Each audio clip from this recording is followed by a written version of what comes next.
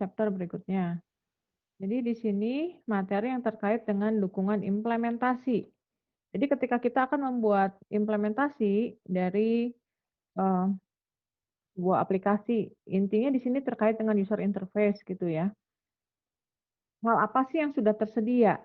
Ini dari sisi programmernya. Ini terutama untuk aplikasi yang kita kembangkan dengan menggunakan perangkat seperti komputer. Jadi ini untuk aplikasi yang berbasis komputer. Hal apa yang sudah tersedia? Jadi di sini biasanya kita mengenal Eee, tools pemrograman. Anda semua sudah tahu ya kalau terkait dengan tools, mmm, pemrograman. Jadi ini tingkat layanan, untuk membuat program ya. Ini untuk membuat sistem yang interaktif.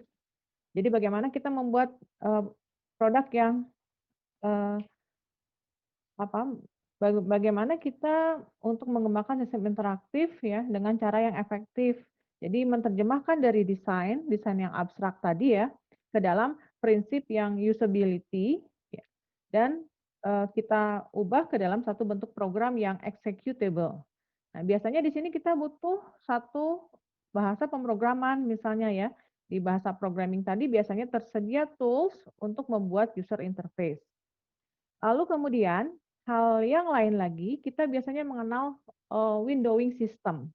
Windowing system itu sebetulnya satu, eee, perangkat lunak, ya, biasanya mungkin ada di dalam semacam operating system, yang bisa mendukung aktivitas, pengguna untuk berinteraksi dengan sebuah aplikasi. Jadi misalnya bagaimana kita bisa membuat suatu interface. Kalau kamu mengembangkan aplikasi dengan menggunakan Java, yang biasa Anda lakukan kan sebetulnya Anda membuat semacam, engine-nya dulu biasanya ya, bikin fungsi-fungsi untuk aplikasi tersebut. Nah, bagaimana user bisa berinteraksi, biasanya di bahasa pemrograman tadi suka menyediakan semacam tools, ya, semacam Java Swing misalnya. Itu kan sebetulnya tools yang bisa kita gunakan untuk membuat user interface. Nah, terkait dengan windowing system, ini sebetulnya satu sistem ya, yang memungkinkan user untuk berinteraksi dengan sistem window tadi. Jadi dari sisi programmer kamu nggak usah pusing-pusing nih, gimana cara ngatur ukuran window, window-nya mau disimpan di mana di layout gitu ya. Bagaimana kalau kamu bikin satu sistem menu yang misalnya struktur menunya kompleks.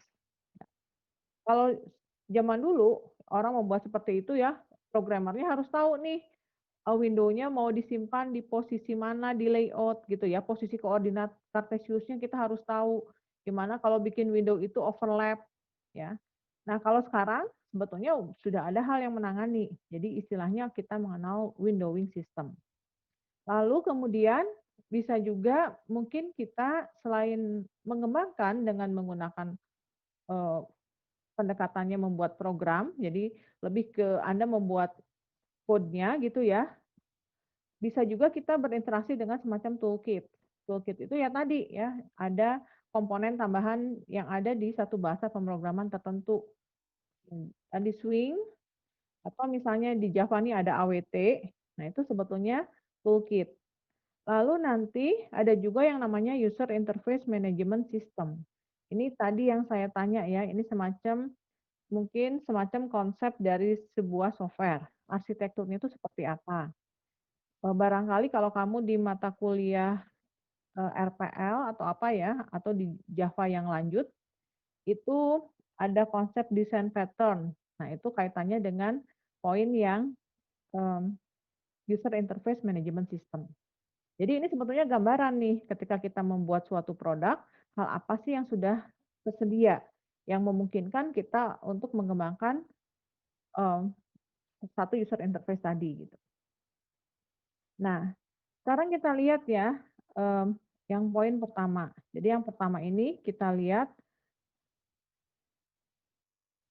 yang terkait dengan sebetulnya sistem window. Jadi, eee, ada semacam layer-layer untuk pengembangan kalau di sini ya. Jadi yang pertama ini misalnya kita tahu windowing system. Windowing system itu nanti semacam ada satu fungsi manajernya gitu. Jadi kalau kita pakai, operating system seperti Windows, kita udah nggak usah pernah mikir lagi nih, kamu gimana cara bisa bekerja dengan multitasking. Kamu buka aplikasi yang banyak, ya. Nah, siapa sih yang mengatur gitu ya? Mana window yang aktif, mana window yang tidak aktif. Nah, itu kan kaitannya dengan windowing system. Nah, itu sebetulnya ada satu fungsi yang mengatur gitu ya. Lalu tadi kaitannya yang lain itu untuk pengembang ada semacam toolkit untuk membuat interaksi. Lalu nanti yang diperlukan lagi yaitu sistem manajemen antarmuka gitu. Jadi kurang lebih ada 3 layer ya yang terkait dengan ketika kamu membuat sebuah user interface. Jadi kalau windowing system ini semacam perangkat ya yang bisa berbagi sumber daya. Jadi kalau misalnya kita mau, eee, satu aplikasi mau mencetak, lalu aplikasi yang lain pun juga itu akan nge-print gitu ya. Nah, gimana sih cara penanganannya dari aplikasi terhadap sumber daya yang tersedia, nah itu kita nggak usah berpikir sampai sejauh itu, karena sebetulnya itu semua sudah ada yang menangani. Atau misalnya ketika ada input yang sifatnya itu antrian gitu ya, eee, kita menginput ke dalam sebuah aplikasi, lantas nanti kamu pun juga di satu aplikasi yang lain, kamu pun juga sama-sama menginput, ya kalau misalnya sistemnya yang single user. Nah, bagaimana sih cara mengelola hal seperti itu? Ya ada input dari beragam sumber gitu ya, untuk aplikasi yang berbeda. Bagaimana sistem menangani? Nah, itu kaitannya dengan windowing system. Jadi ada semacam manajernya yang mengatur. Nah, terutama windowing ini kaitannya dengan antarmuka pengguna yang grafis. Jadi, kaitannya dengan layout interface yang menu gitu ya. Bagaimana misalnya window ini bisa kita buat overlap, atau Anda bisa buat seperti tile gitu ya, tersusun rapih tanpa overlap. Nah, itu kan sebetulnya ada aturan mainnya. Nah, bagaimana aturan main itu bisa, diterapkan untuk banyak aplikasi yang kamu kembangkan. Nah, itu sebetulnya kaitannya dengan sistem grafis ya, atau yang ditangani oleh windowing system tadi. Nah, kalau dari sisi programming mungkin kalau Anda belajar Java Swing, kamu udah ngerti ya, misalnya ada beberapa yang Swing API, misalnya untuk ngatur button, text field, text area gitu ya, atau Anda bikin radio button, text box, itu kan semua sudah ada semacam eh, fungsinya yang sudah disediakan. Atau kalau di web ada standar seperti CSS. Nah, itu kan sama saja, itu ada semacam package-package-nya yang bisa kita gunakan untuk membuat suatu interface. Nah, eee, jadi sebetulnya ada hal ya yang berperan gitu ketika kita menggunakan aplikasi berbasis Windows. Nah, berikutnya sekarang kita lihat itu, komponennya ya, elemen yang ada di dalam windowing system. Jadi sebetulnya kalau kita mungkin mengenal semacam Windows Manager. Nah, itu kan sebetulnya sistem utility ya yang membantu kita mengoptimalkan ya eh, apa tadi yang terkait dengan sistem grafis. Nah, di sini contoh ya yang terkait dengan sistem windowing system. Itu kita bicara dari informasi yang paling kecil kalau secara visual. Jadi kalau secara visual misalnya kita mengenal seperti, pixel. Pixel itu kan kaitannya dengan, grid gitu ya, kalau di dalam sistem visual, itu nanti misalnya kita mengenal deretan titik-titik, paling gampang seperti itu ya, kita anggap itu sebagai sebuah pixel. Nah, atau paling dengan kata lain, itu sebetulnya kita bisa anggap sebagai, di layout ini ada grid horizontal, grid vertikal. Satu titik ya di dalam sel tadi itu orang menyebutnya piksel ya. Jadi satu titik yang kita lihat di layar itu sebetulnya disebut dengan picture element. Nah, ini sebetulnya hal ini yang digunakan oleh sistem X window tadi ya untuk membuat visual objek visual. Lalu nanti orang mengenal PostScript. Ini sebetulnya teknik yang terkait dengan satu konsep pemrograman. Ya, jadi bagaimana kita bisa menampilkan halaman yang dicetak, ya, terutama untuk halaman yang kita cetak. Nah, kalau PostScript itu sebetulnya objeknya sudah vektor, ya. Nah, kalau yang pixel itu kan seakan-akan datanya raster, ya. Kita lihat ini cuma satu titik-titik yang ada di screen, ya. Atau pixel ini kaitannya dengan nanti resolusi, ya, atau banyaknya sampling. Nah, ada lagi hal yang lain lagi, kita mengenal objek yang lain vektor. Ini kaitannya dikembangkan untuk teknik pencetakan. Atau ketika misalnya Anda mengetik di Word, lalu kita simpan ke dalam format yang lain, misalnya format PDF. PDF itu sebetulnya dia sudah menggunakan konsep vektor grafik. Jadi ini semacam format perluasan ya. Lalu ada juga yang dikembangkan oleh misalnya Microsoft. Kita mengenal TrueType ya. Itu sebetulnya sama, itu objek vektor. Nah, kemudian jadi ada TrueType, ada OpenType gitu ya. Itu sebetulnya kumpulan karakter atau simbol untuk objek vektor grafik. Cuman mungkin kalau PostScript, kita mengenal PostScript itu dikembangkan oleh Adobe ya, misalnya contohnya seperti itu. Lalu ada lagi yang namanya graphical kernel system. Graphical kernel system itu sebetulnya um, apa?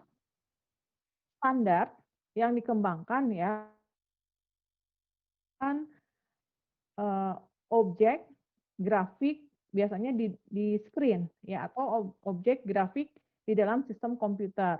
Nah, itu sebetulnya dikembangkan. Dia dikembangkan khususnya untuk objek yang vektor grafik ya. Bagaimana objek vektor grafik itu bisa dibuat? Karena kan kita tahu kalau objek vektor grafik itu kan sebetulnya yang disimpan di dalam sistem komputer atau di dalam aplikasinya yang disimpan itu sebetulnya bukan banyaknya sampling ya, tetapi objek yang membentuk gambar grafis tersebut gitu ya. Jadi kalau misalnya kamu membuat objek satu karakter menggunakan vektor grafik, itu kan sebetulnya dia terbentuk dari kumpulan objek-objek yang kecil. Jadi di dalam sistem komputernya yang disediakan sebetulnya sampling-sampling dari objek. Dan yang disimpan itu bukan semacam kalau objek raster itu kan banyaknya sampling. Tapi kalau di vektor ini yang disimpan itu sebetulnya bentuk persamaan matematiknya gitu ya. Bagaimana objek itu bisa dibuat. Jadi dia punya sampling objek, kita cuma tinggal pilih mana sampel objek yang mau kita pakai, baru kita kasih beragam properti. Ya, properti itu misalnya ketebalan garis, fill color, line color. Nah, itu yang kita simpan ya. Lalu kita pilih objeknya apa dulu? Oh, objeknya misalnya berbentuk cube. Nah, itu kan cube ini biasanya objeknya sudah 3 dimensi. Objek vektor ini ada yang 2 dimensi, ada yang 3 dimensi. Lalu kita tambahkan dengan properti tadi, kasih warna, kasih line color, dan lain-lain. Kemudian setelah itu kita atur di mana posisi XY-nya kita simpan di layout komputer. Nah, itu kan semua yang disimpan. Nah, bagaimana hal itu bisa terjadi di dalam sistem komputer? Ya, karena ada standar yang dikembangkan, ya, namanya graphical kernel system. Sehingga kita bisa mengembangkan objek-objek vektor di dalam sistem komputer gitu. Nah, kemudian ada yang namanya programmer hierarchical interface to graphic.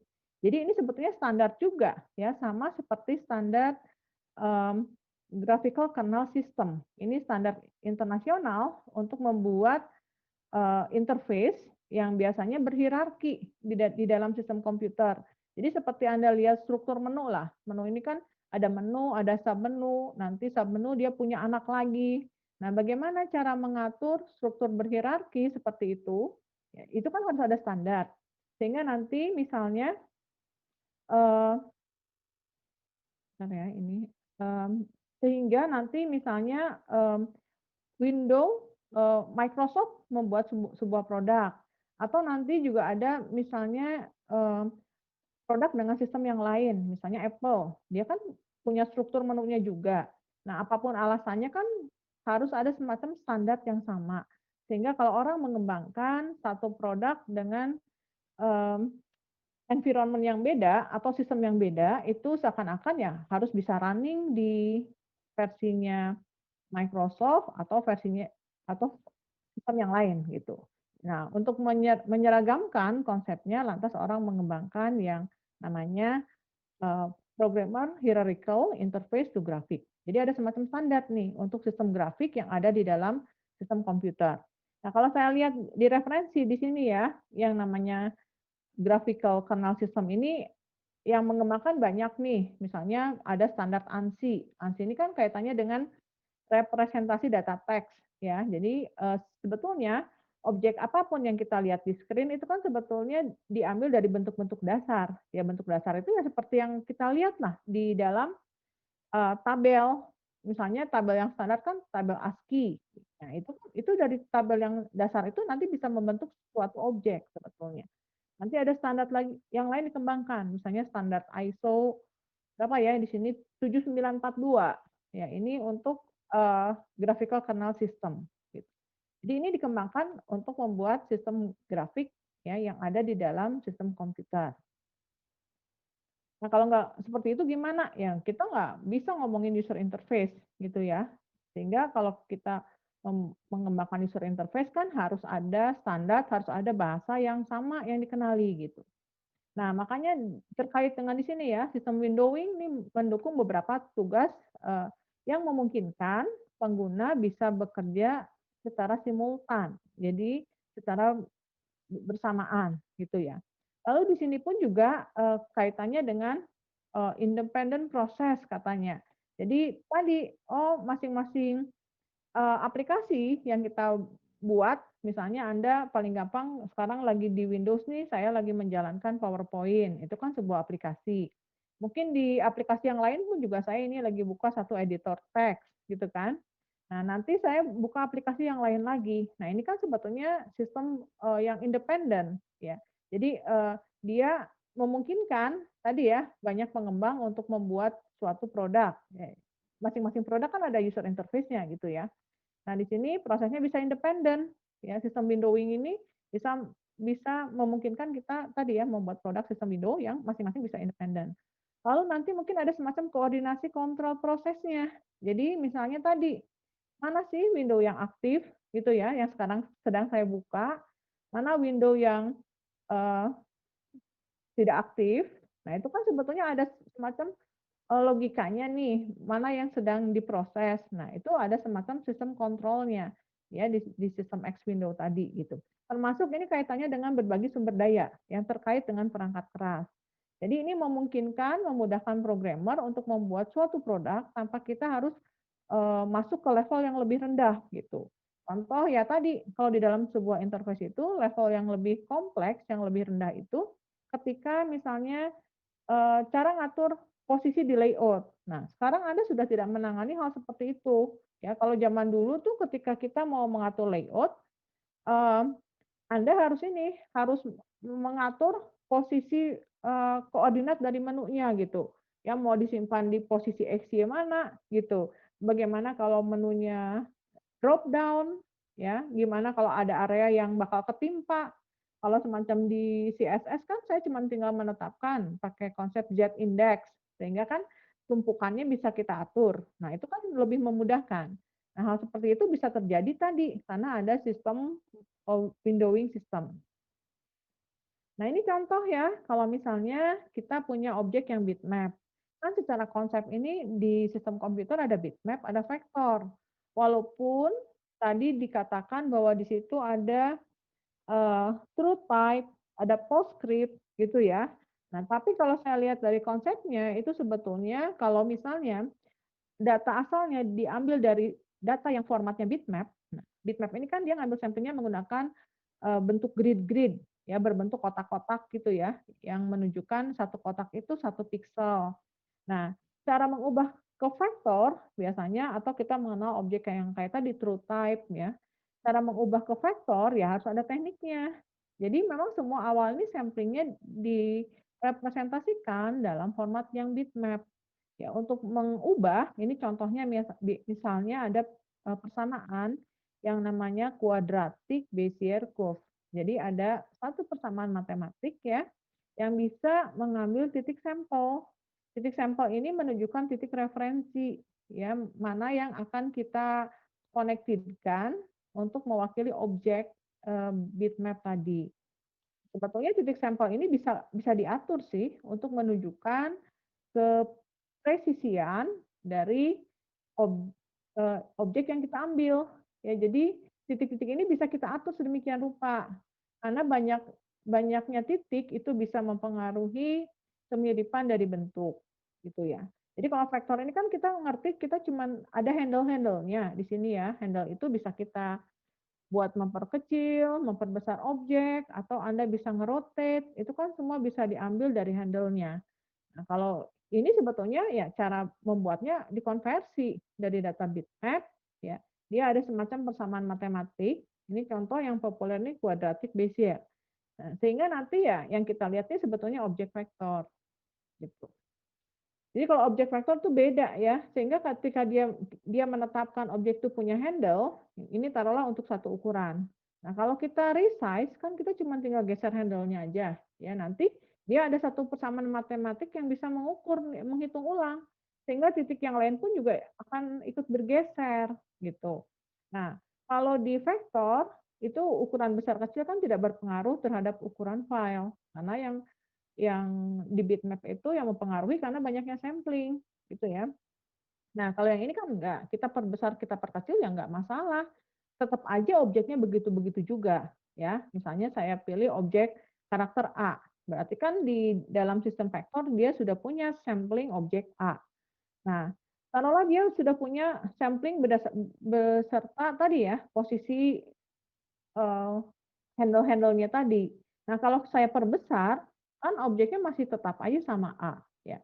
Tapi yang bergeser itu posisi handle-nya, gitu. Jadi kalau posisi handle-nya misalnya XY-nya ada di posisi 5,5, kalau saya perbesar jadi mundur nih 10,10. Ya, tetap aja ukuran filenya tidak berubah, gitu. Tapi ukuran filenya akan berubah kalau propertinya Anda tambah. Nah, vektor itu diterapkan kenapa? Tadi ketika orang itu akan mencetak dan lain-lain untuk apa ya, untuk menghindari biar font yang akan dicetak itu tidak terlalu meleset dengan bentuk yang ada di dalam sistem layar. Misalnya kita lihat di screen di layar, itu kan sudah beda ya teknologinya dengan teknologi di atas kertas. Ya, berarti kan itu, harus bisa menerjemahkan tuh teori yang ada di screen layar, diubah ketika kita akan cetak gitu di atas kertas. Nah, hal itu bisa terjadi kenapa ya? Objek di layar bisa kita lihat karena ada sistem graphical tadi. Itu yang paling mendukung ketika kita membuat suatu antarmuka ya, suatu interface. Nah, ini ini contoh ya rules dari windowing system. Sebetulnya ini menggambarkan bahwa di sini kita lihat ya ada window 1, window 2. Jadi kan seakan-akan kita bicara dilihat dari sisi antarmuka, dari sisi sistem komputernya. Gitu. Ibaratnya saya buka banyak aplikasi nih. Jadi di bagian bawah nih ada window 1, window 2 sampai window ke N. Lalu ada perangkat input output ya. Nah, seakan-akan eh, yang bisa mengatasi bahwa apa produk ini bisa kita pilih tadi ya sistem windowing-nya tadi bahwa dia device independent katanya. Kita bisa menjalankan banyak aplikasi pada saat yang bersamaan. Di situ mungkin dilakukan karena ada sistem yang mengontrol. Jadi ada fungsinya di windowing system untuk mengontrol tadi sehingga kita lihat misalnya di window N itu kan output-nya lebih bold. Berarti ini menunjukkan ini window yang aktif. Nah, cara mengatur window-nya mana yang aktif, window-nya bisa overlap dan lain-lain. Ya, tadi sistem X window-nya yang bekerja di dalam sistemnya. Gitu. Jadi dia bisa ngerti nih ya dari antrian-antrian dari instruksi itu pun dia bisa mengatasi nanti sehingga dia bisa mengarahkan nih aplikasi mana yang aktif, lalu next aplikasi mana yang harus running. Ya, ini ada konsepnya yang mengendalikan gitu. Nah, ini tuh sebetulnya untuk menerjemahkan dari sebuah user interface ke dalam fungsi yang ada di dalamnya gitu. Nah, yang menangani interface tadi itu diterjemahkan oleh windowing system. Jadi yang kita lakukan cuma ngeklik aja dari sebuah produk yang kita buat. Ngeklik dia nge-trigger yang mana, ya dia manggil function yang mana, itu nanti sebetulnya bisa ditangani oleh windowing system tadi gitu. Terutama tadi kalau untuk sistem yang multitasking, eee, apa, yang dia bisa mengatur karena apapun alasannya kan sebetulnya yang dikerjakan oleh komputer itu kan sistemnya serial gitu ya. Dia tidak mungkin melakukan paralel, tidak seperti multithread, tidak seperti itu. Jadi apapun alasannya kan konsepnya dia sebetulnya serial. Jadi yang menangani ya ada sistem yang namanya fungsi controllernya di, X window. Mungkin ini Anda harusnya ngerti ada di materi operating system ya. Ada yang penjadwalan, yang begitu-gitulah. Itu pasti kaitannya dengan teori-teori seperti itu. Nah, ini arsitekturnya. Kalau arsitekturnya di sini mungkin ada beberapa kemungkinan arsitektur ya yang ada di dalam sistem ping tadi. Jadi kemungkinannya misalnya eh, bisa jadi misalnya satu sistem ya yang menganggap semua driver perangkat itu terpisah. Jadi apalagi kalau zaman dulu ya, kita mau menggunakan sesuatu itu biasanya kita harus menginstall driver dulu. Tujuannya biar dikenali oleh sistem windowing system tadi ya. Ada yang seperti itu. Jadi kita harus menginstall semua driver yang akan kita gunakan. Nah, walaupun mungkin kalau sistem sekarang enggak ya, malah ada juga sistem misalnya buat printer aja. Printer ini kan kalau mungkin yang versi baru kita harus install drivernya.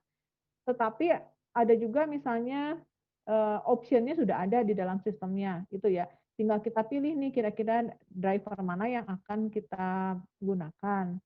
Nah, kecuali kalau tadi yang betul-betul misalnya produknya baru ya, produk baru untuk menjamin bahwa nanti apa yang kita inginkan itu bisa sesuai dengan spesifikasinya, ya berarti kita harus install driver tersebut. Jadi ada beda-beda caranya. Jadi ada menganggap driver itu di arsitektur ya, ada yang versi yang oh driver ini harusnya terpisah, itu bukan urusan X window-nya gitu ya. Ada yang seperti itu. Atau ada juga yang misalnya dia menerapkan konsep yang lain. Nah, kalau yang menerapkan apa? Yang lain itu misalnya eh, aplikasi itu bisa mengelola semua proses ya, yang terkait dengan eh, setting-setting tadi yang ada di driver.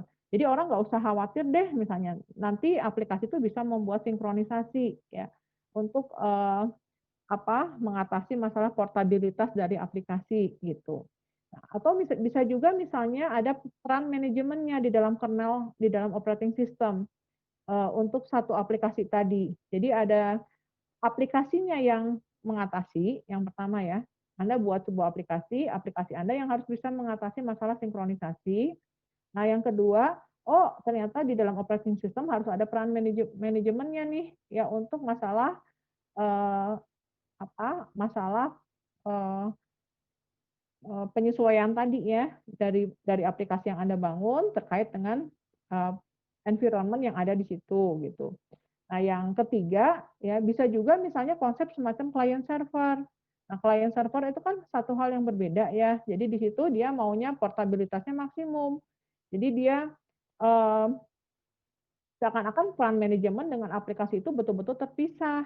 Ya kan kita semua setting itu kan ada di server gitu ya. Kita harus tahu misalnya konsep seperti apa web server bekerja. Terus kalau misalnya Anda mau membuat suatu produk yang berbasiskan web, ya berarti kan Anda harus men-setting seakan-akan lingkungan kita itu ada di lingkungan kita seperti sebuah server. Jadi kan settingnya harus disesuaikan. Nah, jadi ada orang yang ada tiga konsep yang mengatur seperti itu. Jadi ada yang betul-betul harus terpisah. Ya mungkin sekarang pun ada seperti itu ya terkait dengan kompleksitas dari sebuah produk yang kita kembangkan gitu. Jadi ada yang betul-betul terpisah, ada yang bisa ditangani oleh operating system, atau ada juga yang tadi masalah sinkronisasi itu terkait dengan aplikasi yang kita kembangkan. Nah, mungkin ini hubungannya ya tergantung dari um, seberapa besar sih aplikasi itu menggunakan resource yang ada di komputer gitu. Jadi kalau misalnya Anda bikin sesuatu ya yang hanya menggunakan perangkat input keyboard, inputnya mouse, mungkin kalau seperti itu kan kita nggak terlalu ribet ya dengan masalah sinkronisasi. Tapi kalau misalnya Anda mengembangkan sesuatu yang melibatkan misalnya perangkat yang lain, misalnya ada sensor gitu, itu kan kita sudah bicara dengan konsep yang berbeda gitu ya. Atau misalnya Anda mengembangkan program, ya, mengembangkan sebuah produk menggunakan satu framework yang khusus, menggunakan satu konsep arsitektur yang khusus. Nah, biasanya nanti sudah ada hal yang berbeda nih yang terkait dengan peran manajemen tadi gitu. Ya, jadi biasanya tergantung nih, tergantung dari kompleksitasnya. Nah, eh, kalau yang ini contoh ya, misalnya ini ada semacam generic system image. Jadi ini semacam sistem X window, tapi untuk perangkat mobile. Nah, ini contoh kasus misalnya begini. Biasa kan kita misalnya contohnya gini, ada satu aplikasi. Oh, aplikasi ini hanya running di versi operating system Android tertentu. Nah, ini kan biasanya kaitannya dengan sistem pencitraan tadi, sistem image gitu. Jadi dia mendukung tidak gitu ya. Ini kaitannya dengan kamu mengembangkan programnya menggunakan satu versi bahasa tertentu gitu ya. Nah, nanti kan kaitannya dengan menghubungkan dengan operating system. Operating system versi mana yang mendukung uh, aplikasi tersebut. Nah, sebetulnya kan aplikasi ini dukungannya di mana nih? Ya, dukungannya sebetulnya diantaranya terkait dengan sistem grafik. Ya, di sini ada generic system image. Kalau generic itu seakan-akan biasanya harusnya bisa berlaku generik, berlaku umum gitu ya. Nah, tetapi kan faktanya ada juga nih aplikasi yang ini nggak bisa, ini hanya running di versi OS tertentu. Nah, ini kaitannya biasanya dengan tadi ya, kalau di PC atau di sistem yang aplikasi yang desktop atau aplikasi web, ini kaitannya dengan sistem X window. Nah, jadi kalau untuk perangkat mobile pun ini kan sebetulnya jadi masalah gitu. Ya, kalau yang ini kan artinya ini bisa masuk ke kategori yang kedua. Jadi semua aplikasi itu seakan-akan di eh, penyesuaiannya itu mengikuti dari sistem kernel yang ada di operating systemnya gitu. Kalau yang seperti ini ya berarti ya tadi, ini berarti programming di eh, mobile itu sangat strict ya, yang terkait dengan teknologi itu. Beda dengan aplikasi yang berbasiskan desktop, mungkin itu lebih fleksibel karena mungkin yang namanya operating system konsepnya berubah itu mungkin tidak se, sedalam, sekompleks seperti yang ada di mobile gitu. Karena mobile ini kan trennya selalu terus berubah dan mungkin dari sistem mobile pun dia masih dalam rangka menyesuaikan gitu. Jadi kan ada juga nih, ada yang sampai misalnya orang buat aplikasi ya terkait dengan sampai aplikasinya yang dibuat ini beragam versi gitu. Karena tadi, ini hanya running di OS tertentu. Ini udah deh kita bikin versi yang lain aja gitu untuk mengakomodasi versi dari OS-nya gitu. Ini kaitannya tadi dengan sistem grafik biasanya. Nah, ini contoh client server arsitektur. Ya, kalau ini konsepnya hampir sama. Ya, kalau abstrak terminal itu kan dia hanya asumsi aja ya bahwa di situ ada semacam diasumsikan ada terminal. Ya, maksudnya di situ ada aplikasi yang sedang bekerja gitu. Ya, ada interface yang sedang bekerja. Ini sebetulnya X Window ini kan dikembangkan ada semacam risetnya. Jadi ini udah awal banget ya dari tahun 80-an orang mengenal sistem komputer itu kan otomatis ada sistem grafik. Nah, itu orang lantas mengembangkan. Nah, ini kalau yang konsep ini client server ya. Jadi ada semacam terminal abstrak. Ini asumsinya ya ada aplikasi yang sedang uh, running gitu ya dari sisi klien. Atau kalau lihat konsepnya mungkin ada di bagian devices. Itu kan ada Windows 1, Windows 2. Itu kan ada aplikasi yang sedang running.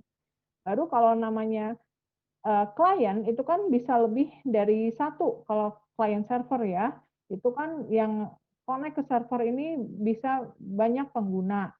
Nah, baru di sini seakan-akan dia ada semacam resource manager. Jadi dia yang bisa memungkinkan ya, apakah misalnya permintaan dari klien itu bisa dilakukan atau misalnya mungkin malah bisa ditolak. Jadi yang semua yang menafsirkan permintaan dari klien itu ada di bagian resource manajernya gitu.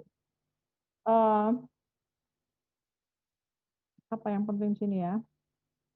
Ini termasuk gimana cara misalnya untuk meminimalkan traffic ya, kalau di bagian resource manager. Jadi dia yang bisa mengatur atau melacak informasi gitu ya.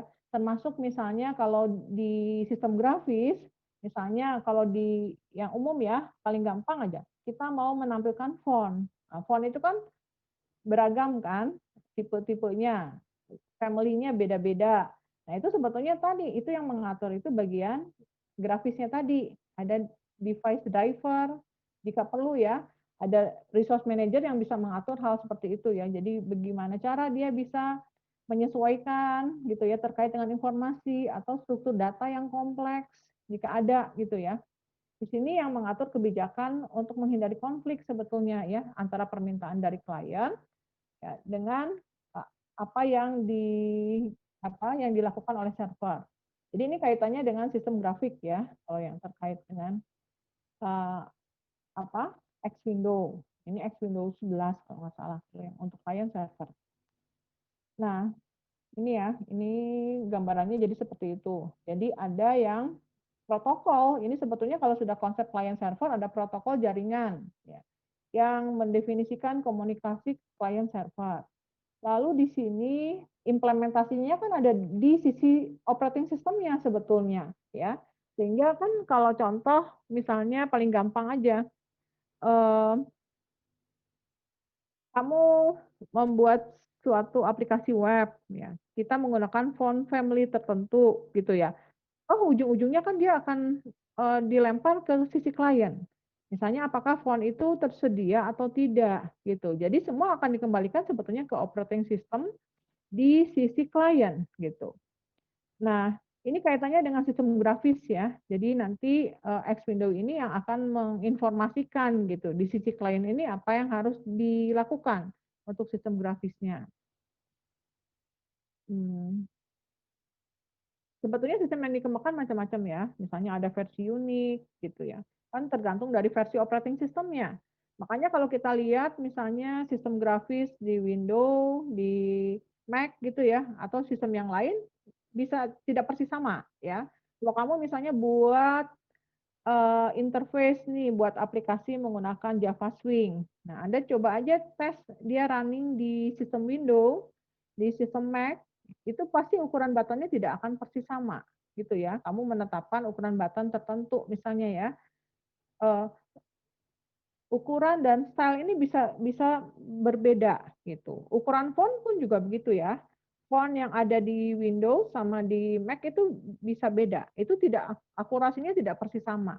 Jadi kalau kamu bikin di Windows itu pakai ukuran Arial 12 poin gitu. Terus kamu bikin lagi, buka lagi ketika kamu di sistem yang Windows, yang Mac ya OS-nya Arial 12 poin. Itu bisa itu tidak persis sama. Bukan bisa jadi, itu memang tidak persis sama gitu. Berarti kan walaupun dia sama-sama punya sistem X window untuk sistem grafis, nah tetapi bisa jadi ya tadi pendekatannya tidak persis sama gitu. Jadi ya seperti itu. Jadi tidak menjamin ya walaupun Anda mendevelopnya menggunakan toolkit yang sama ya, sama-sama pakai Swing misalnya. Itu bisa berbeda outputnya.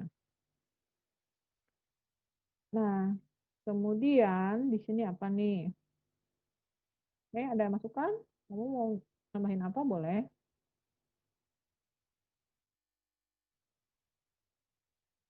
Nggak putuskan koneksinya?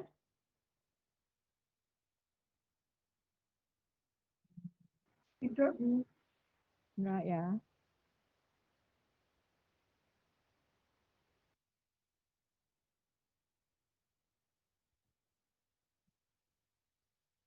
Oke. Nah, sekarang ini dari sisi programming ya, bagaimana kalau misalnya ada permintaan dari, eee, klien. Jadi gimana cara aplikasi, interface itu bekerja dengan engine-nya. Di sini sebetulnya ada 2 pendekatan ya ketika Anda membuat implementasi. Jadi pendekatan di sini ada yang pertama nih, ini ada yang namanya read evaluation loop. Ini sebetulnya teknik, gimana cara sistem memberikan respon terhadap user interface tadi. Jadi ada 2, ada read evaluation loop dan yang kedua ini ada notification base gitu ya. Ini 2 pendekatan, eee, walaupun mungkin, secara konsep bisa jadi ya mungkin sekarang ada hal yang dimodifikasi atau ada teknik-teknik yang lebih baru, itu mungkin saja. Tapi ada 2 paradigmanya, ada read evaluation dan notification base. Nah, kalau yang ini, yang read evaluation, kalau yang bagian kanan ini kan shadow code-nya ya, ada repeat, itu kan berarti untuk pengulangan. Read event, berarti kan ada input ya, ada proses yang berulang, repeat and repeat itu kan semacam pengulangan while gitu ya, for. Nah, lalu ada read event, berarti dia ada input yang dibaca, tapi dia konsepnya seperti event. Ya, misalnya event, mouse, ya. Ketika input kan bisa aja, misalnya event, on mouse leave gitu kan. Jadi kalau kita nginput dari form, kita geser mouse, itu kan sebetulnya mouse-nya udah leave kan. Nah, itu kan sebuah event. Atau event apapun, on click, on double click gitu ya. Jadi di sini server ini seakan-akan mengirim masukan pengguna ya, itu dianggap sebagai sebuah, event ya. Di sini, eee, dari aplikasi klien akan dikirim sebagai sebuah event. Lalu di sini kalau kita lihat, eee, logikanya ya, read input berarti kan ada event yang dibaca ya, yang masuk ke dalam, eee, apa, aplikasinya, ya aplikasi yang melayani server tadi. Lalu ada, eee, kotak proses, inputnya diproses sesuai dengan, eee, data yang diterima. Lantas ada inputnya diproses, lalu di sini ada pengecekan kondisi, ada quit, quit-nya apakah mau ada prosesnya selesai atau tidak. Jika tidak dia akan looping lagi kan, ada next input gitu ya. Kalau iya, ya berarti prosesnya selesai. Jadi kalau lihat di sini seakan-akan begitu nanti ada read input, itu kan ada event yang dibaca. Nah, lantas berdasarkan event berarti kan dia sebetulnya akan memanggil fungsi yang terkait gitu ya. Di bagian proses dia akan ngerti nih, oh, input apa yang diberikan. Nah, berarti kan harus jelas nih, kalau inputnya A kita mau ngapain, kalau inputnya B apa yang dikerjakan. Nah, di sini seakan-akan ada case, ya berarti case itu kan semacam if else yang kompleks ya, if else then else gitu ya, switch kan case. Nah, berarti dia akan membaca berdasarkan tipe event-nya tadi. Nah, dia setelah misalnya tahu, oh tipenya satu, berarti dia akan nge-call function satu. Ya. Apa yang dilakukan? Di bagian do type satu processing. Berarti misalnya di sini ada dia nge-call function. Ya berarti akan dilempar ke fungsi yang ke satu gitu ya. Nah, kalau sudah selesai itu kan akan balik lagi ke pemanggilnya. Nah, lantas nanti semacam ada cek kondisi, apakah ini sudah selesai atau enggak. Jadi dia sebetulnya bekerja berdasarkan event. Event lantas user bisa melakukan lebih dari satu aksi kan, berarti dia membaca berdasarkan event tadi, lantas event apa yang dipilih oleh user, itu akan dicocokkan ke dalam semacam list nih ya, yang menyediakan deretan dari fungsi gitu. Itu yang namanya read evaluation loop.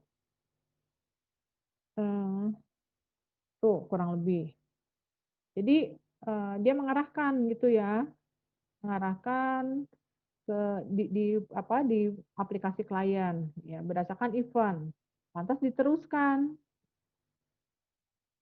seperti itu. Nah, yang kedua ada notification base. Notification base itu di sini, mmm, kalau void itu kan sebetulnya prosedur ya, void main, ini main itu kan seakan-akan fungsi utama, tapi kalau void itu kan sebetulnya dia tidak punya nilai return, ya. Dia bukan function kalau void itu. Void itu biasanya sebuah prosedur. Kalau seperti ini kan ada dua sisi nih yang kita lihat. Ada dari sisi aplikasi dan ada dari sisi notifier. Jadi yang memberikan notifikasinya tadi. Eh, Kalau lihat di sini yang notification coba ya. Hmm, ini jadi konsep programming berbasiskan notifikasi gitu ya. Di sini asumsinya loop control untuk pemrosesan tidak berada di dalam aplikasi. Karena tadi kita ngerti kan looping-loopingnya tadi yang versi pertama itu loopnya ada di dalam aplikasinya. Nah di sini loop control utama tidak berada di dalam aplikasi. Lantas program aplikasi akan memberitahu notifier, ya, event apa yang harus dilakukan. Jadi di aplikasi ini dia akan ngelempar ke notifier nih, apa yang harus dilakukan, event apa yang harus dilakukan, dan untuk setiap event dia akan mendeklarasikan seakan-akan apa nih, lempar ke notifier, dia membaca input, dia akan mencari. Di sini kan ada callback function, jadi dia akan memilih prosedur yang harus dilakukan. Ini dianggap sebagai callback. Jadi seakan-akan notifiernya ada fungsi gitu ya. Di dalam fungsi dia nge-call function lagi. Dianggap sebagai callback untuk eh, memanggil fungsi apa yang harus dilakukan. Baru setelah itu dia akan menyerahkan kendalinya ke notifier. Jadi kalau notification based, dia seakan-akan ada satu fungsi yang namanya notifier. Notifier itu yang akan mengatur nih eh, fungsi apa yang harus dipanggil. Setelah selesai itu akan dikembalikan lagi ke notifier. Nah, ketika notifier asumsinya ya menerima event dari sistem Windows, nanti notifier ini akan mengidentifikasi gitu.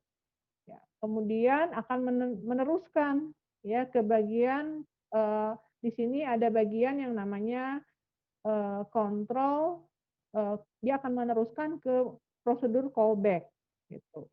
Di callback ini sebetulnya sudah ada nih list-list yang terkait dengan event harusnya ya. Jadi dia punya deretan semacam deretan function. Setelah diproses, callback akan mengembalikan ke notifier. Lantas akan memberitahu dia akan menunggu ya event yang berikutnya gitu. Jadi loop kontrolnya tidak ada di dalam aplikasi. Kalau ini ada pusat notifiernya gitu untuk menerima event ya dari sistem X window-nya. Jadi yang mengendalikan sebetulnya sistem X window-nya. Kan user cuma ngeklik gitu ya. Eh, Area mana yang kita klik kan nanti harus diterjemahkan nih oleh sistem windowing-nya gitu ya. Lantas nanti akan diteruskan ke dalam aplikasi. Jadi kalau seperti ini asumsinya dia punya eh, fungsi yang bertindak sebagai notifier gitu. Jadi sebetulnya yang bagian di dalam list callback ya sebetulnya ini fungsi-fungsi list fungsi. Ada yang misalnya di sini my save, my quit. Ini kan sebetulnya deretan function yang ada gitu. Ya, tetapi untuk memanggil fungsi tadi dia punya semacam fungsi tersendiri. Ya, itu yang namanya tadi notifier gitu. Itu yang mengatur. Kalau yang di main-nya kan dia semacam prosedur ya, karena nggak ada nilai yang di return. Dia nulisnya void gitu. Ya, jadi ada yang konsepnya event dibaca gitu ya, diproses, langsung dia ini kan lebih simpel ya. Kalau read evaluation mungkin buat aplikasi yang gimana ya, scope-nya mungkin kalau aplikasi yang simple pakai read evaluation mungkin bisa prosesnya bisa cepat gitu ya. Tapi mungkin kalau aplikasi yang lebih kompleks, kalau pakai read evaluation itu lebih ribet kayaknya. Karena kan kalau optionnya banyak susah ya. Kalau eh, mencari ke case gitu kan, kalau nanti optionnya banyak banget itu ribet gitu ya. Harus dicek satu-satu kan, harus dibaca satu-satu. Ini cocok ke case yang mana nih? kondisi paling buruk kan ada di case yang paling akhir. Ya, otomatis kan waktu eksekusinya bakal lebih lama gitu. Jadi saya rasa ini tergantung. Nah, atau misalnya contohnya seperti ini ya, seperti oh ya ini ya gambarannya call notifier. Jadi dari aplikasinya dia manggil fungsi notifier. Notifiernya bekerja kan, lantas dia bisa membaca mengenali input tadi. Dari input dia tahu nih ya, dia harus memanggil fungsi yang mana, yang callback tadi. Dia akan memproses event. Gitu. Nah, lantas di sini ada semacam callback request quit. Ya, kalau kita memilih quit ya, ya berarti ya prosesnya selesai. Jadi ini tergantung dari option yang diberikan oleh usernya tadi. Jadi ini sekali panggil dikerjakan, sekali panggil dikerjakan gitu ya. Ada fungsi yang menangani. Nah, kalau semacam ini contoh ya, ini orang menyebutnya model interface. Jadi model interface ini eh, definisinya ya, kalau kita nggak bisa melakukan hal yang lain sebelum kita menyelesaikan dulu eh, option yang kita pilih. Jadi kalau misalnya saya open file nih, berarti kan di aplikasi itu saya nggak bisa ngapa-ngapain nih sebelum open filenya saya selesaikan gitu. Itu orang menyebutnya istilahnya dialog model. Ya, jadi dia yang memegang kendali ya ketika kita memilih konsep yang model tadi. Jadi yang ini harus kita selesaikan dulu. Kalau ini nggak saya selesaikan, saya nggak bisa ngapa-ngapain nih di aplikasi tadi ya. Apakah saya mau open atau mau cancel? Itu harus kita berikan input dulu gitu. Nah, kalau seperti ini, menurut Anda ini yang paling tepat yang mana? Event loop atau yang mana? Atau notification?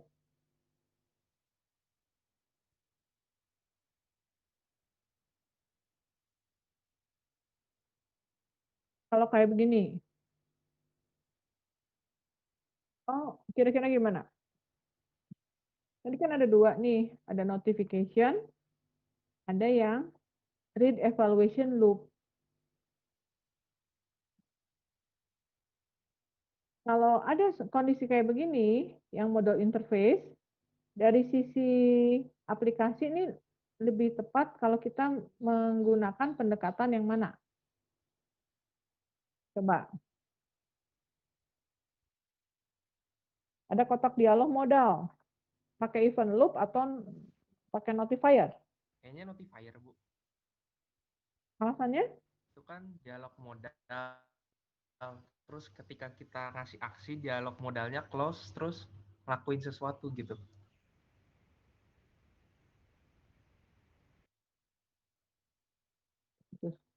Itu saya yang keputus. Keputus nih.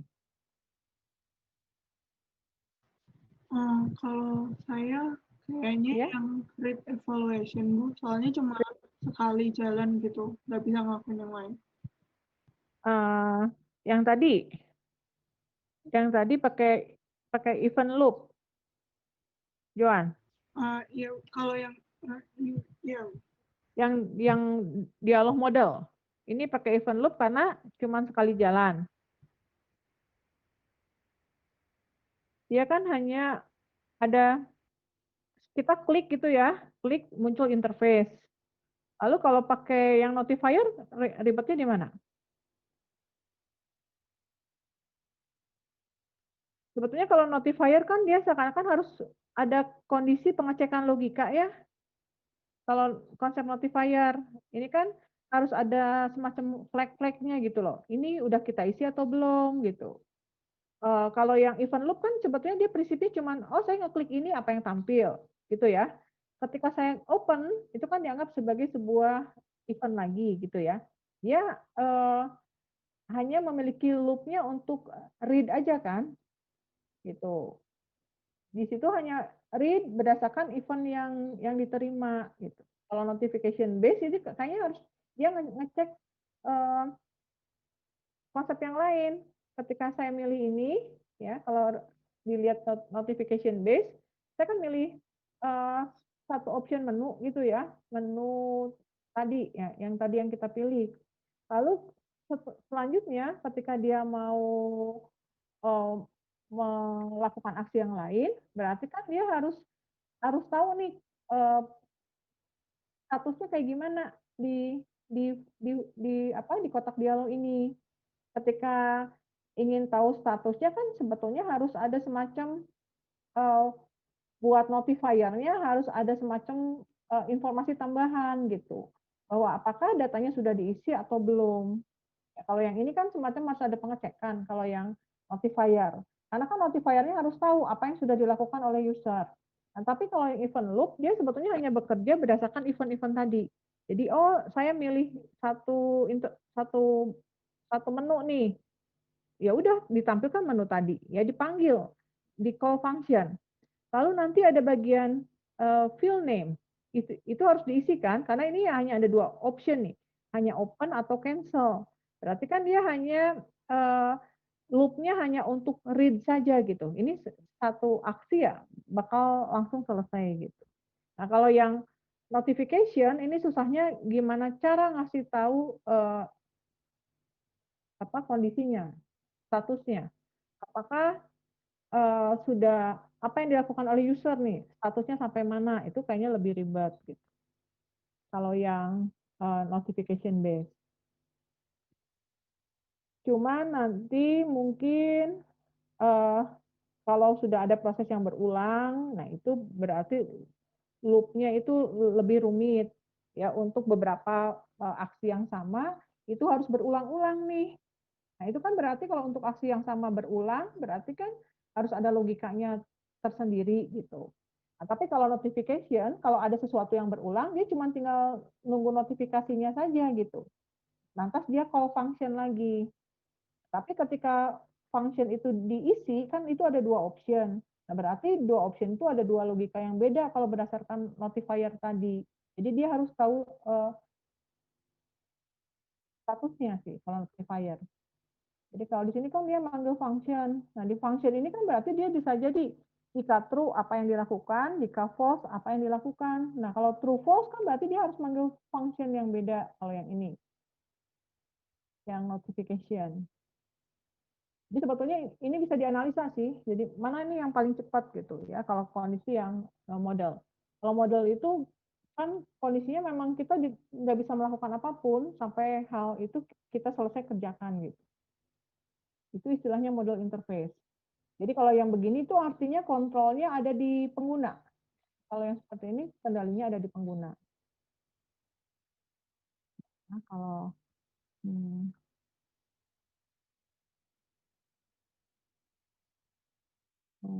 jadi kalau yang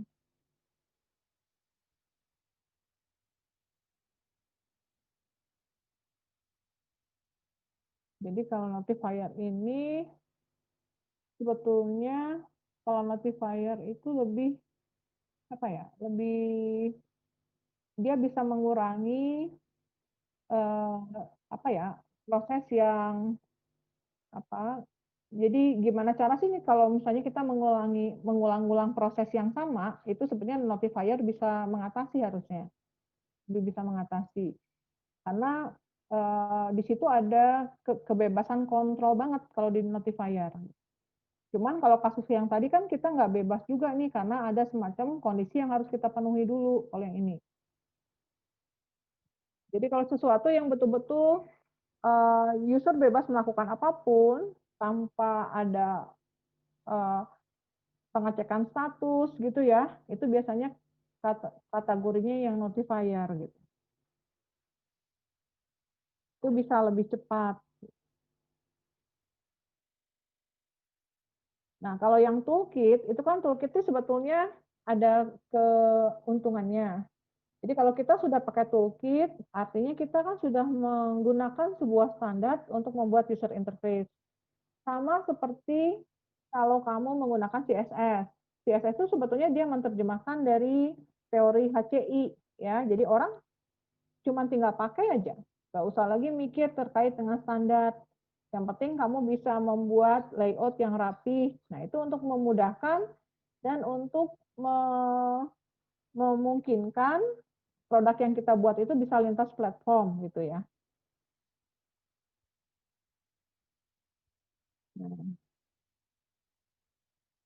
Nah, kalau yang ini kan contoh toolkit ini sebetulnya memudahkan dan kita kelebihannya dia menyediakan fitur-fitur yang intrinsic katanya. Jadi lebih real bentuknya, lebih real, lebih natural. Ya, jadi dia sudah menyediakan fitur-fiturnya, lantas dia menyediakan konsepnya konsisten, bisa digeneralisasi untuk produk apapun. Cuman mungkin Anda tinggal diganti aja kesannya gitu ya. Kalau misalnya produk yang formal, semi formal, yang harus kamu ubah cuma tampilan dan kesannya saja. Tapi sifat yang konsepnya di sini look and feel-nya serupa, itu kan sudah bisa ditangani oleh toolkit tadi gitu ya. Jadi kita walaupun ukurannya beda dikit, orang sudah tahu ini kesannya mirip, sama gitu ya. Nah, ini biasanya diterapkan di konsep pemrograman yang sudah object oriented ya, semacam ada di Java itu kan konsepnya sudah object oriented. Nah, ini mungkin yang tools yang sudah Anda kenal ya, kalau di programming ada Swing. Ini kan bagian dari Java Foundation class-nya ya. Ini digunakan untuk membuat aplikasi berbasiskan Windows. Ada API-nya ya, API yang AWT, Abstract Windowing Toolkit.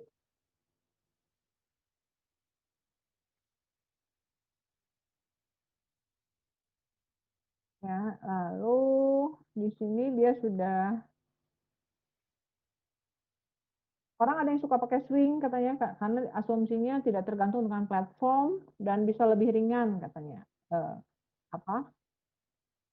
Aplikasinya bisa lebih ringan, tidak tergantung dengan platform, tampilannya jadi lebih bagus ya untuk platform apapun juga outputnya jauh lebih seragam. Nah, ada toolkit, kemudian ada lagi yang namanya User Interface Management System. Ya, ini atau pendekatan ya bagaimana kita membuat suatu produk ini kaitannya dengan arsitektur perangkat lunak sebetulnya ya. Arsitektur perangkat lunak kan macam-macam ya yang dikembangkan. Mungkin Anda juga pernah belajar di RPL itu desain pattern, kurang lebih seperti itu ya. Nah, itu kaitannya dengan arsitektur perangkat lunak. Jadi ini bagaimana penerapan antarmuka ya di dalam sebuah aplikasi ya untuk memisahkan sebetulnya yang mana interface, yang mana engine-nya, yang mana fungsinya gitu. Nah, mungkin kalau Anda di perkuliahan itu kan lebih cenderung membuat engine ya konsentrasinya. Jadi tidak membuat interface-nya. Tugas akhir pun sama sebetulnya. Jadi kalau misalnya kamu membuat aplikasi deteksi objek atau klasifikasi objek gitu ya. Misalnya ada gambar kalau di image processing tuh. Ada gambar, nanti output dari engine-nya dia bakal tahu bisa membedakan misalnya mana mobil, mana yang bukan mobil. Nah, di gambar itu kan objeknya bisa macam-macam ya. Nah, yang sudah-sudah sih saya perhatikan kalau mahasiswa tuh dia pendekatannya hanya baru terbatas membuat engine, membuat fungsi-fungsinya, buat deteksi objek, buat deteksi apa siapa pembicaranya gitu ya. Saya ngomong, oh ini tahu nih, ini kan yang lagi ngomong. Nah, engine-nya masuk udah pada pinter buat. Nah, tapi biasanya kan interface-nya nggak pernah belum terpikir. Interface-nya ya cuma ditambahkan satu antarmuka, ada button-buttonnya untuk nge-call function, seperti itu ya. Tapi nggak pernah berpikir nih, gimana cara kalau misalnya data inputnya dari sensor, misalnya dari kamera. Interface yang bagus seperti apa sih gitu ya. Itu pendekatan seperti itu belum dikembangkan karena kamu lebih konsentrasinya ke engine.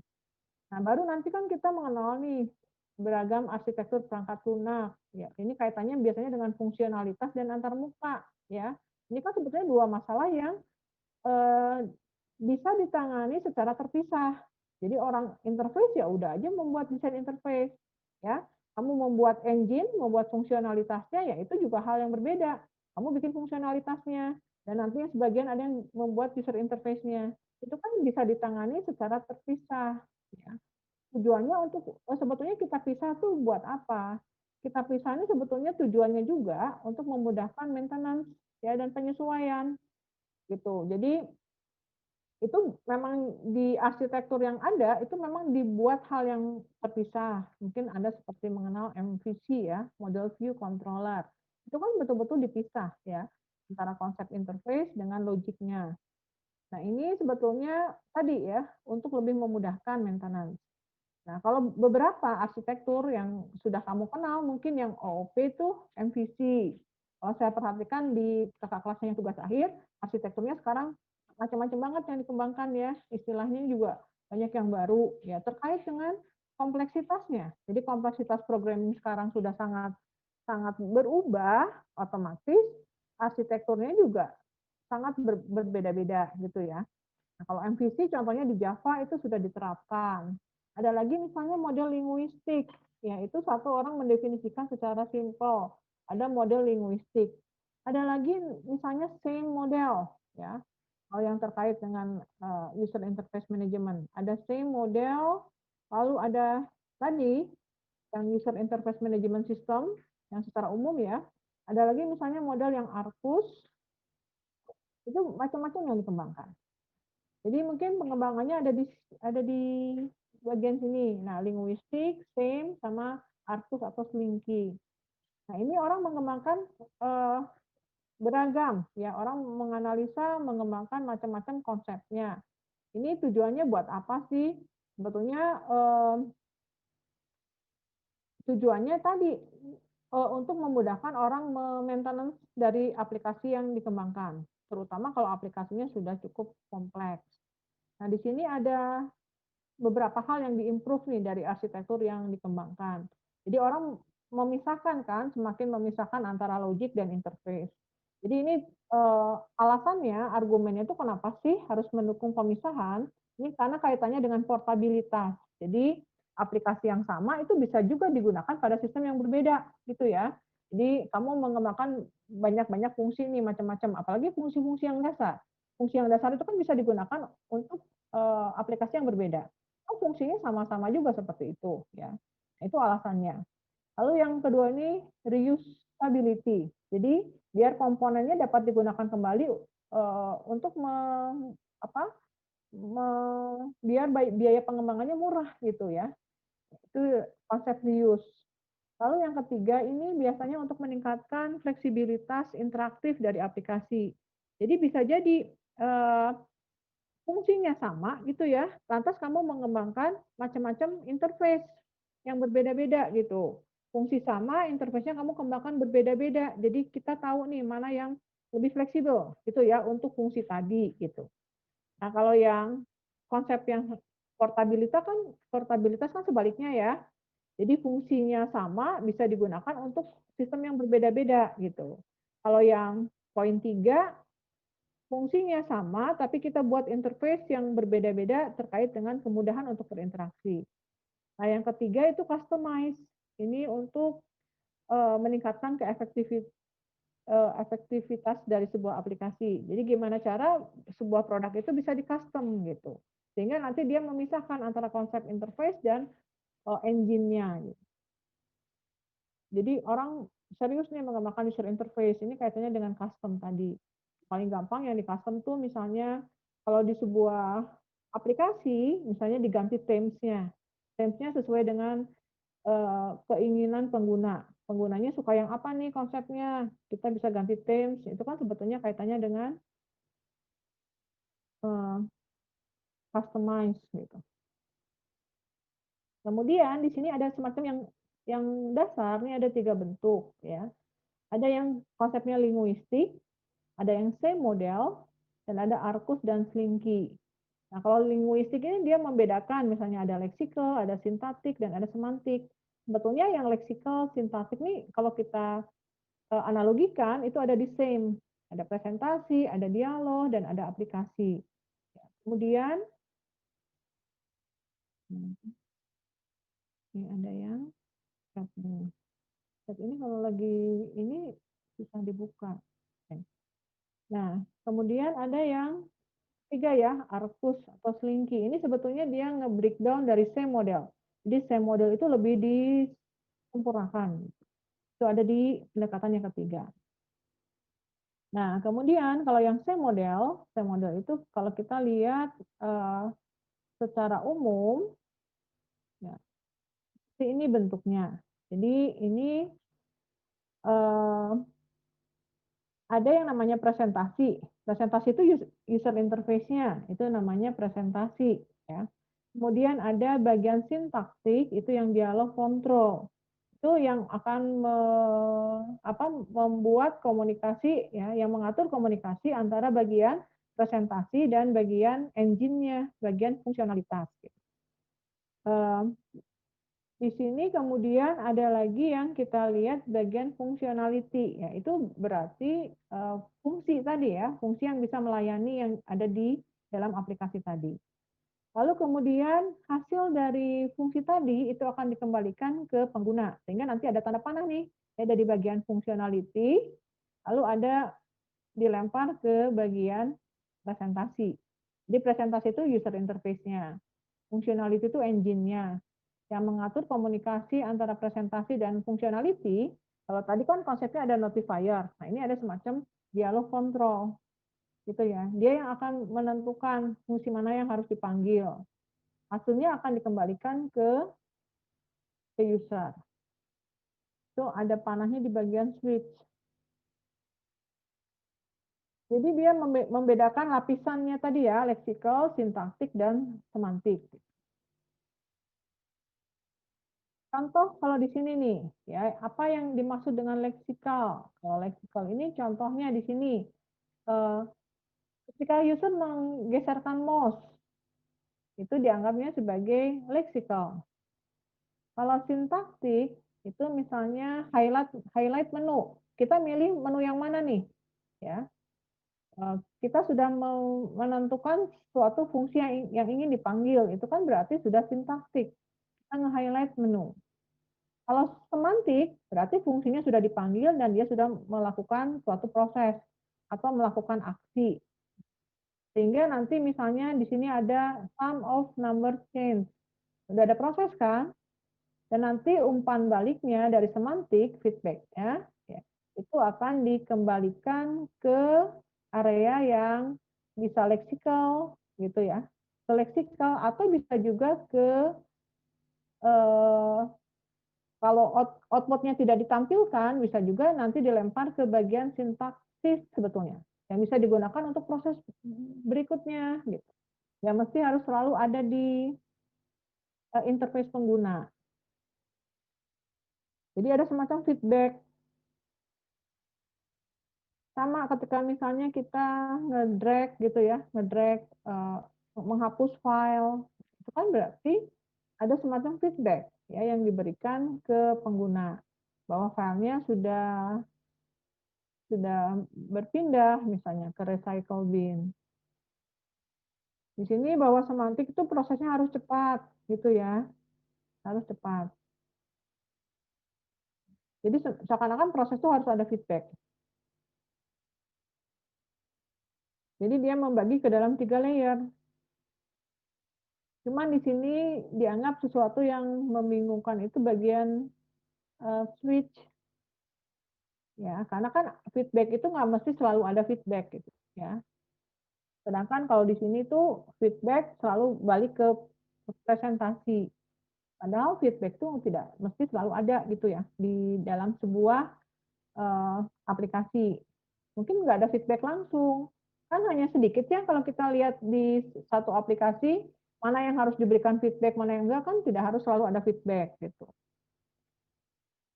Nah, kemudian yang berikutnya ada lagi model yang ini kan direct komunikasi di antara aplikasi dan presentasi. Dia berinteraksi langsung nih ke bagian interface-nya. Nah, ada lagi yang namanya Arcus Rinky. Ini sebetulnya dia nge-breakdown dari yang model tadi. Ya, ini kalau di konsep ini masih konsepnya monolitik. Kalau kamu lihat di pendekatan itu kan ada monolitik kalau di aplikasi ya, ada yang microservice. Oh, ini kan monolitik nih mungkin tepat untuk aplikasi yang relatif kecil gitu, range-nya ya. Jadi ini arsitektur monolitik. Ini seakan-akan semua di-handle oleh satu server lah gitu. Ini untuk layanan yang ya kalau aplikasinya kecil kan layanannya bisa cepat, tapi kalau sudah aplikasinya kompleks itu agak ribet gitu. Jadi ini revisi dari same model, ini nge-breakdown sehingga dia nge-breakdown-nya menjadi 5 elemen ya. Kalau lihat di gambar ini ada 5 elemen. Physical itu ya tempat di mana user berinteraksi, itu namanya physical gitu ya. Secara fisiknya lah ya. Berinteraksi langsung dengan interface itu bagian physical, elemen physical. Lalu di sini ada yang namanya leksikal. Kalau leksikal sama ya tadi ya, fungsi Anda memilih harusnya itu sudah masuk ke bagian leksikal kalau di sini. Nah, kemudian ada bagian dialog. Dialog itu berarti dia mengkomunikasikan dengan bagian yang ada di back-end di dalam sistemnya. Jadi sebelum dialog itu bagian interface. Ya, kalau setelah dialog itu bagian fungsionalitasnya. Yang bagian function core, functional core itu bagian fungsi utamanya dari aplikasi gitu. Lalu di sini ada yang namanya adaptor domain.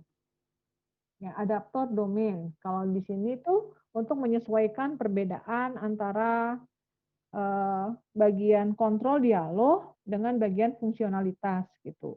Jadi kalau bagian dialog ini kan kaitannya dia berhubungan dengan area interface-nya gitu ya.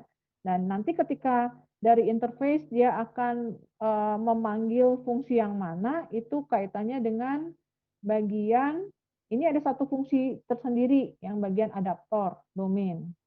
Ini untuk menyesuaikan tadi antara konsep interface dengan bagian pengontrol dialog dan ke bagian fungsionalitasnya gitu. Jadi dia sebetulnya hampir sama, cuma dia membreakdown dari same model. Asumsinya mungkin aplikasi sekarang itu jauh lebih kompleks gitu. Di sini konsepnya masih terpusat ya, jadi ini masih konsep yang monolitik. Nah, mungkin berikutnya ada variannya juga banyak ya. Orang mengenal model view controller. Ini arsitektur yang memisahkan aplikasi menjadi 3 komponen utama. Ya, ada model, ada view, ada controller.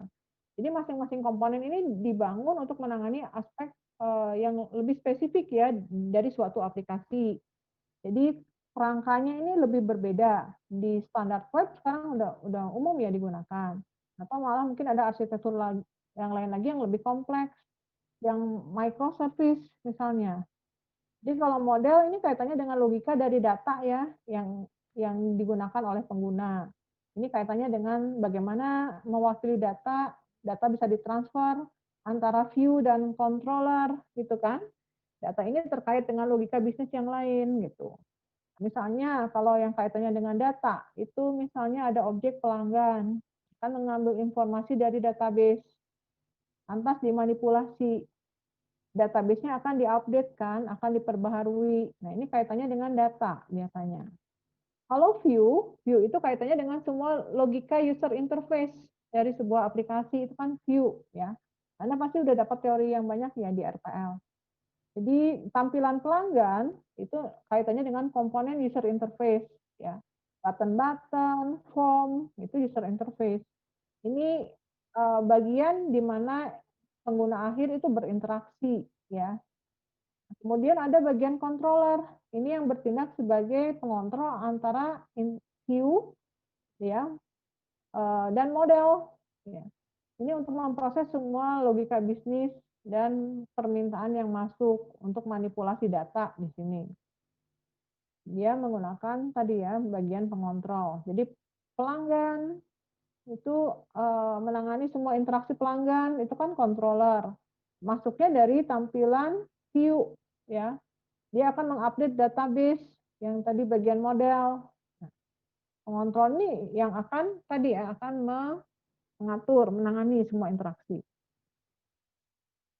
Nah, cuman kalau di sini kelihatan ya, view ini output, controller nih kaitannya dengan area input. Nah, di sini mungkin cerita masih MVC.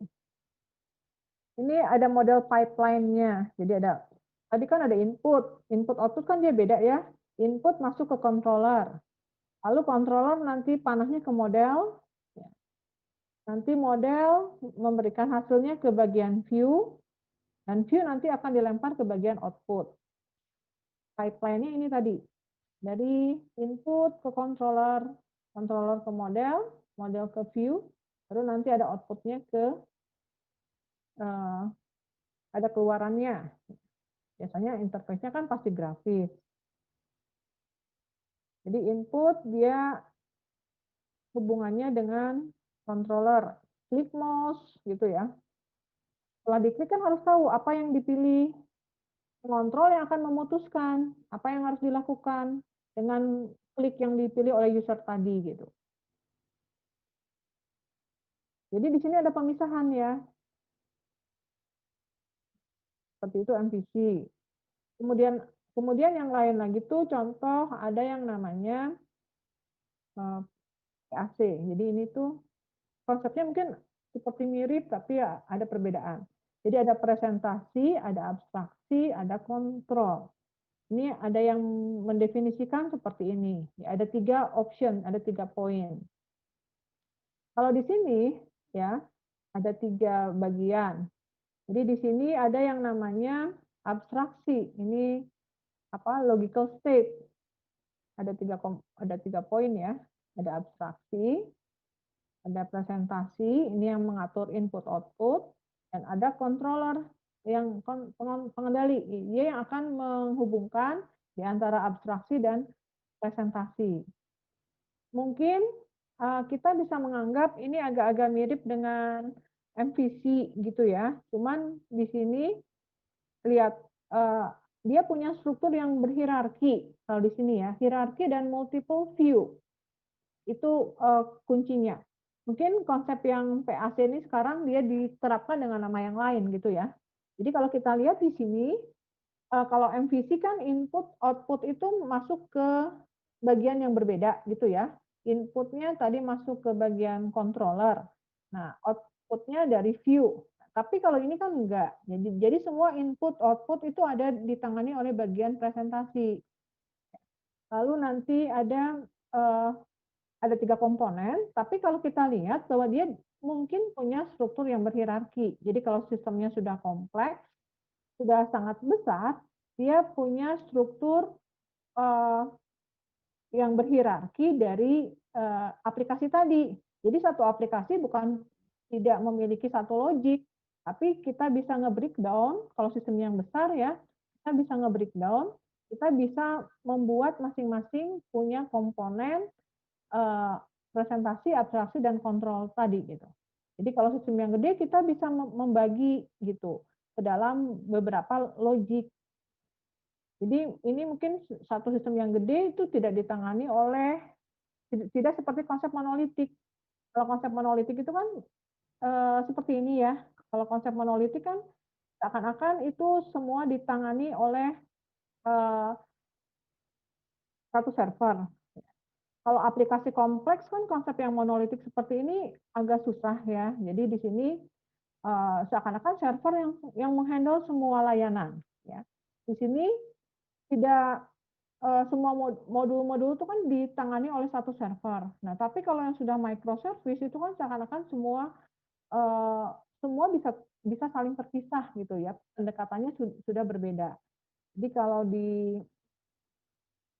yang mana yang monolitik itu mungkin untuk aplikasi yang masih simple ya, yang scope-nya simple. Tapi kalau sudah aplikasi yang besar mungkin agak susah ya kalau kita mengembangkan dengan konsep yang monolitik tadi. Karena kalau di sini Anda dapat ini di mata kuliah apa coba? Yang monolitik sama microservice. Ada harusnya ya di mata kuliah Pak Ervin. Karena ada kakak kelasnya yang tugas akhir dia mengembangkan menggunakan microservice tapi dia terkait dengan sebuah framework tertentu. Jadi tidak semua bahasa pemrograman itu kan mendukung konsep yang microservice gitu. Jadi dia menggunakan apa ya? Menggunakan Node.js gitu kalau kemarin, kalau nggak salah frameworknya.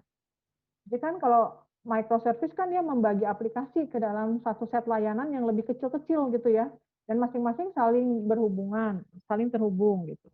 Ini jadi satu aplikasi gede dibagi ke dalam aplikasi kecil, memiliki arsitektur yang eh, apa? Konsep arsitektur tersendiri ya. Konsepnya ada istilahnya sih apa heksagonal atau apa. Jadi dia membagi ke dalam aplikasi yang kecil-kecil. Terus di situ ada semacam apa masing-masing layanan itu terpisah gitu ya. Sehingga maunya itu nanti aplikasinya bisa lebih mudah untuk dikembangkan lagi. Ya, kalau nanti aplikasinya mau lebih dikembangkan atau diupdate itu harusnya lebih mudah gitu.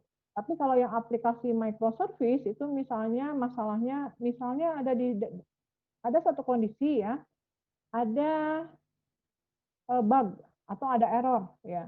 Itu lebih susah menangani kalau yang konsep microservice, yang monolitik. Kalau yang microservice itu lebih mudah penanganan terhadap bug tadi gitu.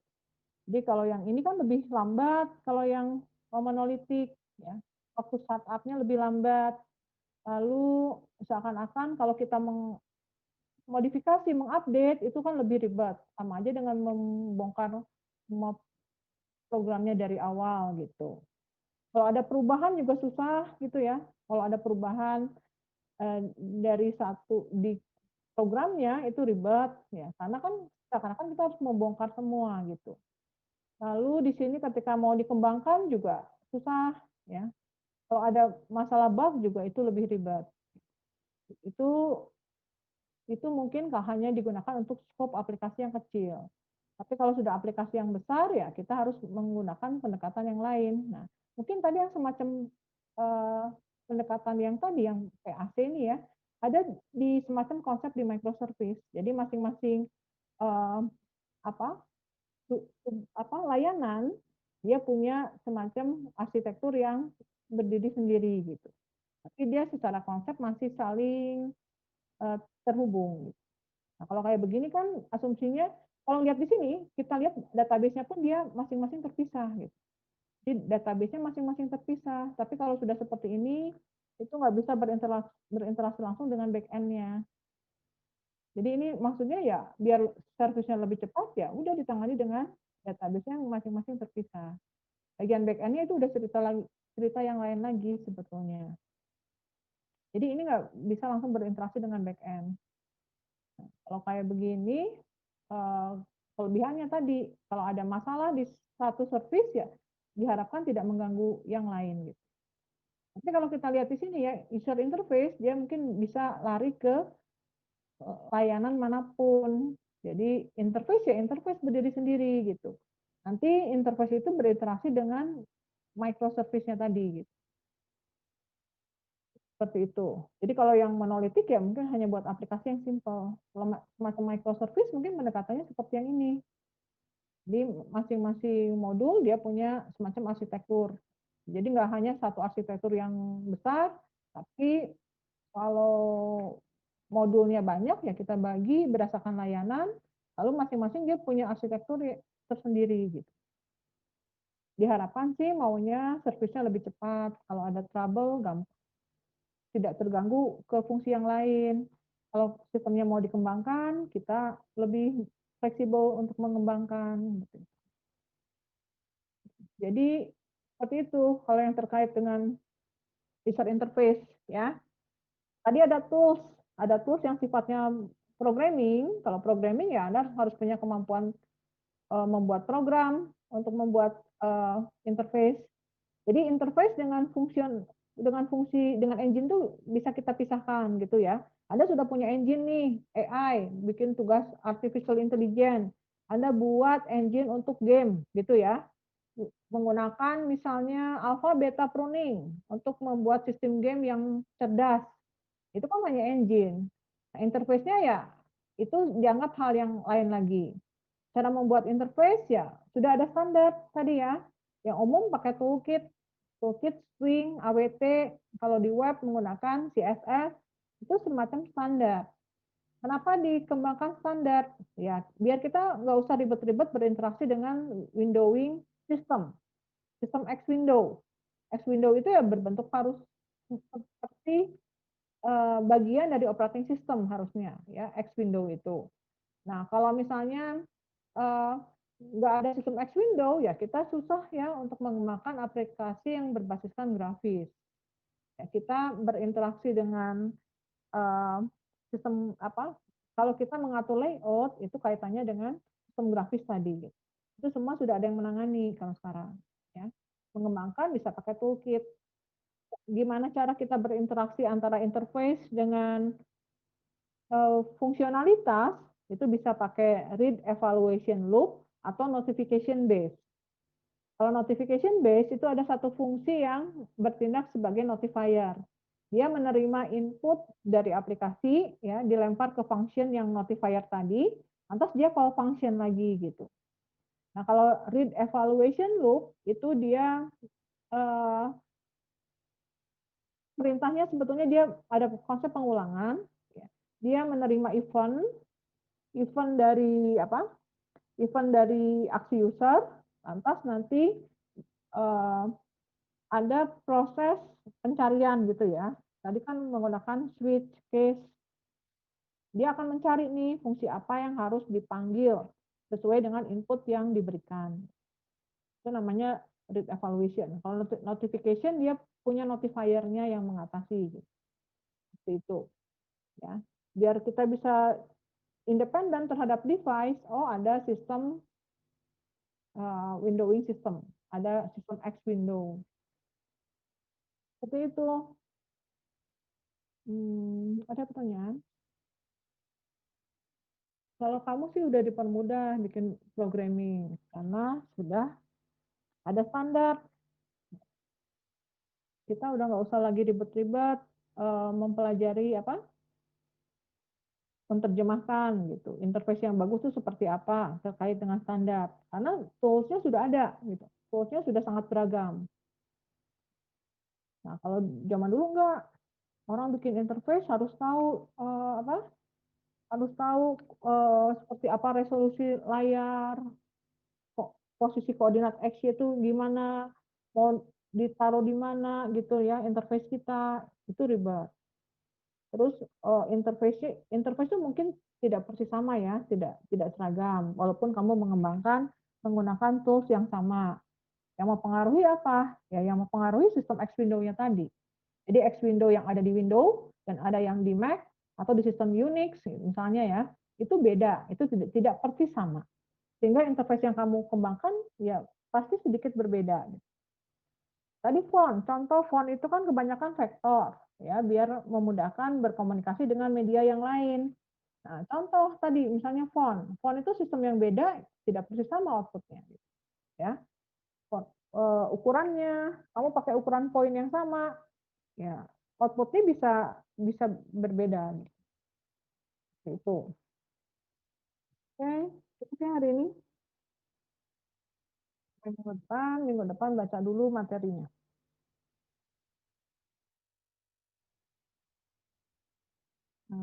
Udah habis waktunya. Tadi absensi udah semua ya. Berarti yang nggak ada itu 7 orang, betul? 37, 36. Udah ganti ininya, udah ganti kelas, udah masuk ke web. Oke, sampai minggu depan ya. Mbak, materinya dibaca. Kalau nanti ke depan ada tugas lagi yang lain, paling saya taruh di classroom. Kemudian nilai PS nanti tunggu di SIA saja ya. Sampai